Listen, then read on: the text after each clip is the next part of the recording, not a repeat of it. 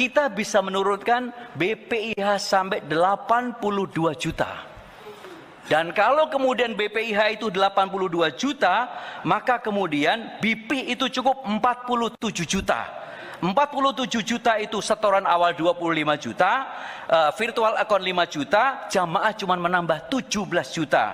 35 juta dibayar oleh investasi di PKH. Itu kira-kira gambaran yang sebenarnya sederhana.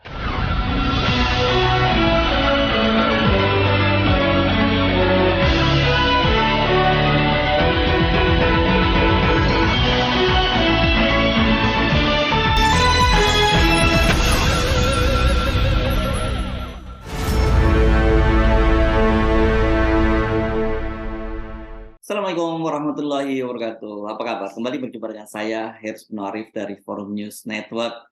Mengapa biaya perjalanan ibadah haji atau disingkat BPIH, kalau dulu orang mengenalnya sebagai OPNH, ongkos naik haji, tahun 2023 ini naik sangat tinggi ya. Dari semula 38,9 juta, sekarang ini naik menjadi 69 juta. Jadi menaiknya jadi 30 juta lebih. Benarkah bila BPIH ini tidak dinaikkan dan komposisi yang dibayarkan oleh jamaah haji yang harus dikeluarkan oleh Badan Pengelola Keuangan Haji atau BPKH itu tidak diubah, maka BPKH itu akan kolaps pada tahun 2025. Selama ini kan komponen biaya haji itu adalah terdiri dari biaya yang disetorkan oleh para jemaah haji dan kemudian dikelola oleh BPKH. Jadi kemudian manfaat dari BPKH itulah yang kemudian digunakan untuk membayar kekurangan dari apa yang atau porsi yang harus dibayar oleh para jemaah haji. Ini sering salah disebutkan sebagai subsidi. Bukan subsidi ya, ini adalah dana pengembangan uang dari para jemaah itu sendiri. Ternyata dari temuan anggota Panitia Kerja BPIH Komisi 8 membuktikan bahwa kenaikan biaya yang sangat tinggi itu karena adanya markup dan juga ketidakmampuan pengelola haji kita melakukan negosiasi. Anggota Panitia Kerja Komisi 8, Bukhari Yusuf, bahkan dengan tegas menyatakan angka yang dibayarkan oleh jemaah haji itu cukup hanya 47 juta saja. Ini tidak sampai 69 juta. Ini bahkan lebih rendah dari yang dinyatakan oleh Ketua Panja kemarin, ya sekitar 50 sampai 55 juta. Bagaimana hitung-hitungannya kok bisa sampai ada selisih yang diusulkan oleh pemerintah dengan yang temuan dari Panitia Kerja ini besarnya sampai 22 juta. Ini angka yang sangat besar ya. Kalau itu bayangkan kalau itu baru satu jamaah. Kalau dalam satu keluarga ada 2 jamaah haji yang berangkat, itu berarti ada 44 juta. Kalau ada 4 jamaah dari satu keluarga yang berangkat, dari satu rumah yang berangkat, itu kan angkanya 88 juta. Itu luar biasa besar loh ya. Mari kita ikuti penjelasannya secara detail. Ini masuk akal nggak kira-kira menurut Anda penjelasannya? Saya selalu konsisten dari awal, ada 2 hal yang dilakukan. Yang pertama, BPKH harus melakukan kajian yang baik, sepenuh hati, dan atas dasar kepahaman, Pak. Atas dasar kepahaman, bukan atas dasar perintah. Untuk mengkaji roadmap pola penyelenggaraan atau pembiayaan haji yang lebih berkeadilan, lebih rasional itu seperti apa, dan tidak mengganggu terhadap hak-hak jamaah yang seluruhnya kurang lebih harian dari 5 juta lebih. Jadi bukan hanya jamaah yang akan berangkat. Ini satu poin yang kemudian di luar dari pembahasan kita.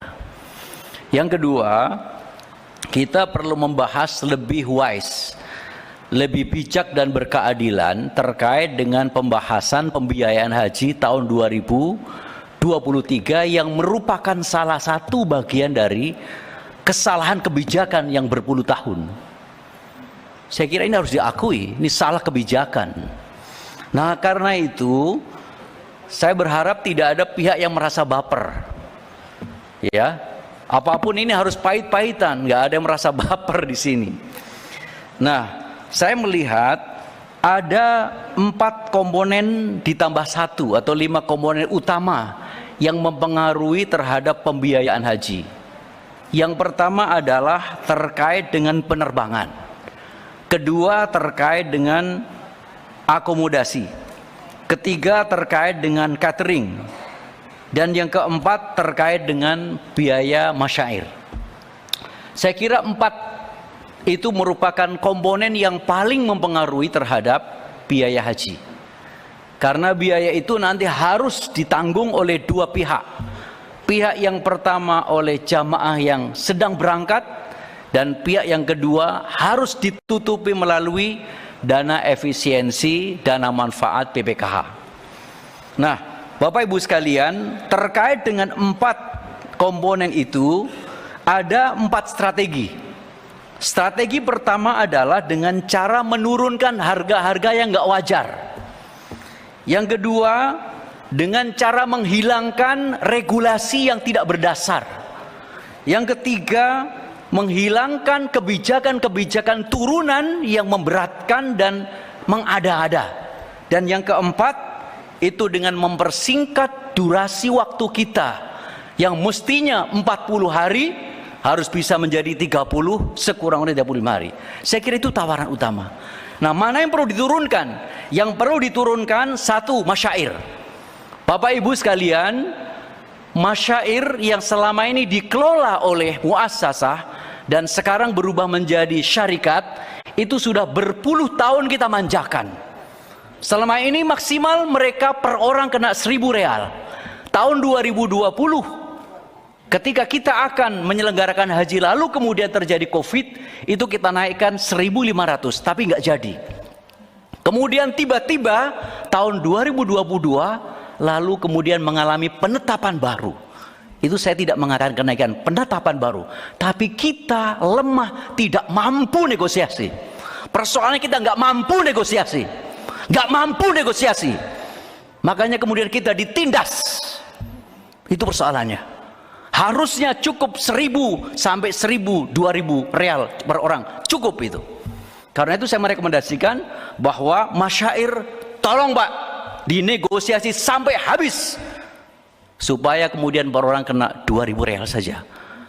Berkolaborasi dengan jamaah haji atau penyelenggara haji khusus.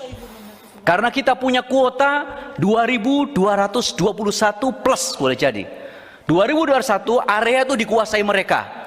Ketika area dimorgas mereka, itu mereka dapat tasrih. You harus mendapat sekian kuota. Kalau tahun ini tidak dapat, dia akan menjadi coret merah.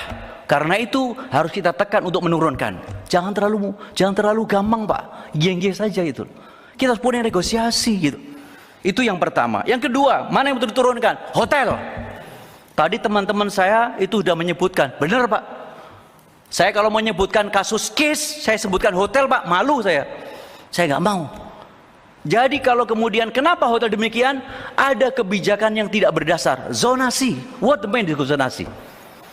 Ada hotel jaraknya 500 meter, yang satu diambil, itu bahasanya diambil oleh Kementerian Agama dan ditetapkan per orangnya kena 5.000 real, 500 meter dengan kapasitas yang sama, yang sangat bagus dan siap menyiapkan shuttle bus, dia cuma 3.000 sampai 300.500 real. What the difference? Apa bedanya? Ini kan persoalan temuan-temuan di lapangan nih Pak. Makanya kemudian hotel perlu diturunkan. Hari ini saya mengikuti arahan Pak Ketua, tidak membicarakan angka-angka detail, tapi ini adalah strategi. Yang ketiga, mana yang perlu diturunkan? Konsumsi Pak. Konsumsi ini ketika ditawarkan sangat bagus tadi. Kalau Pak Wahid menurunkan bagaimana supaya makan itu diserahkan kepada jamaah, kasih saja mereka orang 8 juta rupiah. Tidak ada misalnya 8 juta rupiah di situ kemudian living cost, lalu kemudian diberikan bekal kecil-kecil, mereka akan bawa kecil. Ini luar biasa ini. Dan itu bukan merupakan barang baru. Sejak dahulu begitu sepertinya. Atau misalnya dengan adanya penetapan dari sekarang, kita tidak menyiapkan catering, pasti akan ada hotel-hotel yang ditempatin menawarkan harga catering. Berapa? Pasti lebih murah Pak. Saya bisa bahwa waktu itu diinformasikan antar 11 sampai 12 real per porsi. Bahkan ada yang menyamarkan 35 real buffet 3 kali makan. Itu untuk hotel. Karena apa? Kita bisa melihat survei dari Pak Wahid yang ada di pasar induk Kakiyah itu sebenarnya sudah kemana-mana beliau itu. Jadi ini bagian-bagian yang kemudian untuk menurunkan. Mana lagi yang perlu diturunkan? Akomodasi Pak. Shuttle bus. Shuttle bus di anggaran yang lain itu disebutkan sampai 129 miliar. Ini bisa dikurangkan, dibebankan kepada hotel. Siap mereka, Pak? Kenapa kemudian tidak? Kenapa kita ambil yang lebih mahal? Lalu kemudian contoh misalnya yang ada di Misfalah. Misfalah itu setahu saya hotel yang paling bagus satu, Konoko. Yang lainnya hotel-hotel kecil. Hotel-hotel kecil itu tapi mahal. Kenapa? Karena image-nya dekat Masjidil Haram. Padahal durasinya sama. Mereka 3 kilo jalan kaki 20 sampai 25 menit. Sementara yang ada di bagian yang lain dengan shuttle bus 20 menit juga. Aksesnya mudah. Karena itu kemudian sebenarnya pembatasan zonasi menurut saya jadikan kesimpulan supaya tidak ada pembatasan zonasi. Kemudian yang berikutnya adalah bagaimana menyingkat masalah waktu. Pak, ini masalah penerbangan. Penerbangan kemarin kami di Jeddah ketemu dengan teman-teman. Lion saja Pak, sehari bisa menurunkan penumpang 17 kali. Ini plat merah maksudnya nggak bisa. Lion 17 kali Bapak. Tadi kami hitung-hitung ya, kalau misalnya pesawatnya itu 400 ya, 400 penumpang dengan 15 kali saja itu sudah lebih dari 260.000. Padahal jamaah kita 221.000. Sehingga sangat memungkinkan. Sehingga ada apa kemudian memperlambat? Ada apa memperpanjang? Ini kan menjadi persoalan. Tadi clear banget ya apa yang disampaikan oleh Pak Bukhari Yusuf tadi. Dia bisa detail merinci semua dari hulu sampai hilir yang bisa dilakukan di penghematan, dilakukan renegosiasi ulang, kemudian atau bahkan juga yang kemungkinan terjadi markup juga dipangkas. Semuanya itu sebenarnya bisa jadi lebih murah dan kita tinggal tunggu ya bagaimana dari Kementerian Agama dalam hal ini pemerintah akan menentukan tarifnya karena kemarin ketika kita mendengar dalam rapat kerja dengan Komisi 8 dengan panitia kerja BPIH itu kan Pak Dirjen Penyelenggaraan Haji dan Umroh itu menyatakan bisa ditekan sekitar 2 juta dan itu belum lagi 2 juta sekian gitu, belum lagi ditambah nanti negosiasi dengan maskapai penerbangan yang juga ini yang merupakan komponen terbesar dari biaya ibadah haji ini, biaya perjalanan ibadah haji ini. Saya Hersman Arif, sampai jumpa lagi. Assalamualaikum warahmatullahi wabarakatuh.